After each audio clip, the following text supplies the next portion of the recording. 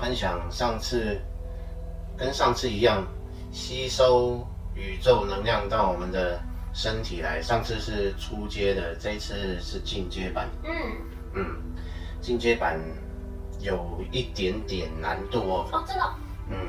既然是进阶的嘛，所以当然整个过程就不是那么简单。但是这个顺便已经带到治疗自己的一个方式了，所以这个方法除了可以吸收能量之外，也可以治愈自己。什么疑难杂症、什么疾病，全部都可以治愈。这样好像好厉害。真的吗？真的就是这样。是的，那癌症也可以治愈？当然可以啊。是马上治愈还是需要时间？需要一点时间，但是你长时间每天进行一段时间，就癌症也会消失的。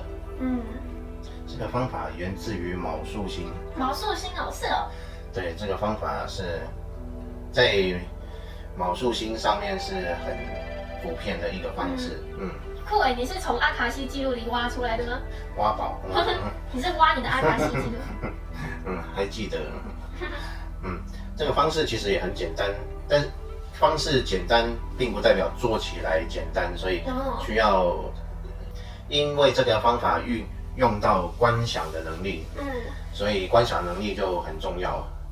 如果各位有长时间在观想啊，或者说观想能力比较好的，就比较吃香。这让我想到一件事，就是昨天晚上就是我饿到醒来，但是我还是很想睡觉，于是呢我就坐起来，然后观想那个客厅桌上的那个饼干的能量，然后吸进到我的肚子里。然后结果后来我就不饿了，然后就继续睡。这个就是观想力。对，我每次都用这招，就睡到一半肚子饿，但是又实在太想睡，没办法爬起来吃东西，我就观想食物的能量进来肚子。所以这集就分享了这个可以止饿的方式。那就说到这里啊。不是啊，不是分享这个。但是还是好奇的问一下，就是那这样是有代表食物真的进到肚子里吗？其实一切都是能量，我们吃食物下去也是在吸收它的能量，所以你直接吸了那个能量，直接就有作用了。那不就一切都是能量，人本来就不用吃啊。真的哦。对呀。但是不吃可惜啊，因为食物美味嘛。对啊，吃是一种不错的体验的。对。好，现在就来分享这个方法。这个方法首先呢，比较麻烦的是，各位能盘腿哦，最好是能把腿盘起来。因为这个方式是运用到能量由我们顶轮进来的。那如果你脚打开的话，那能量就会上进下出，然后就从脚就会流出去。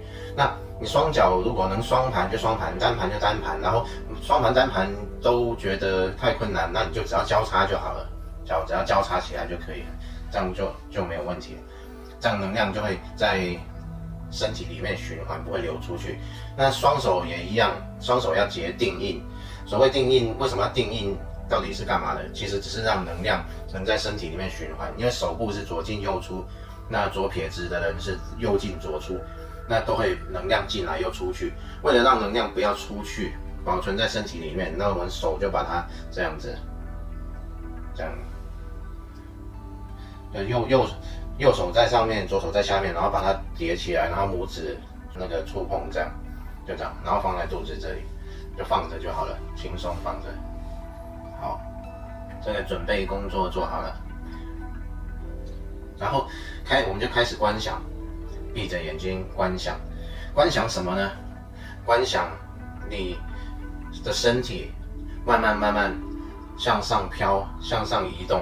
你虽然坐在家里的床铺啊，或者沙发啊，或者坐在家里的哪里，但是你就观想你的身体往上飞，往上飘，往上升。一直往上升，升多久呢？每个人是随意啊，都没有规定。升到哪里去呢？你观想在云端的上面出现一座宫殿。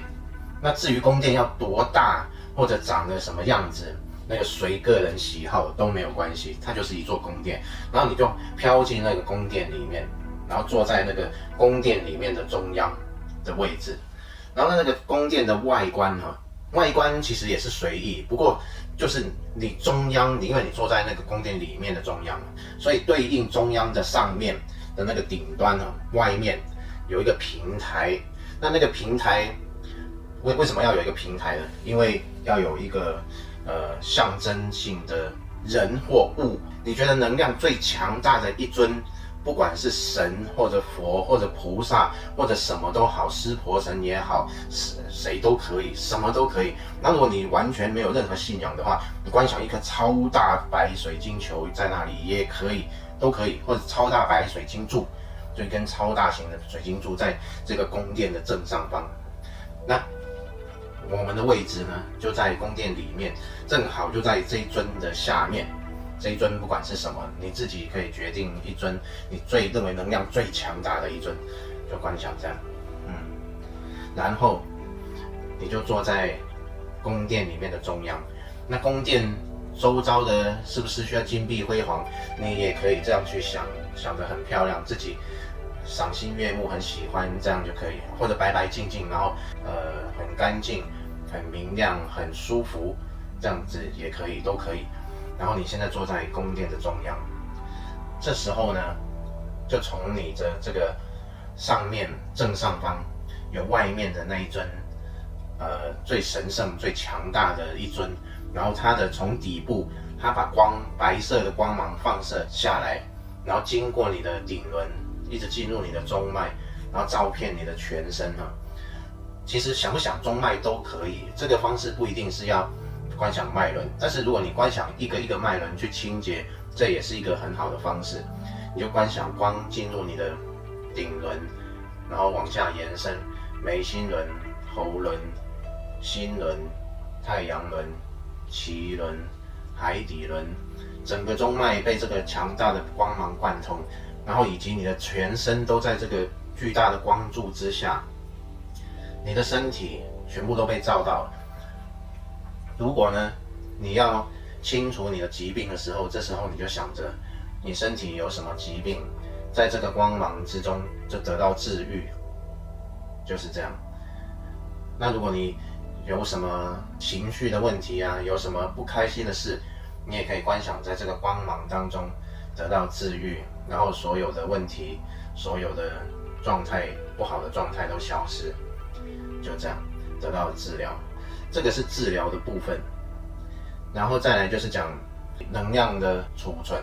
这个光芒照遍你的全身，至少要有5分钟以上时间，不要急着观想一下，然后就结束了。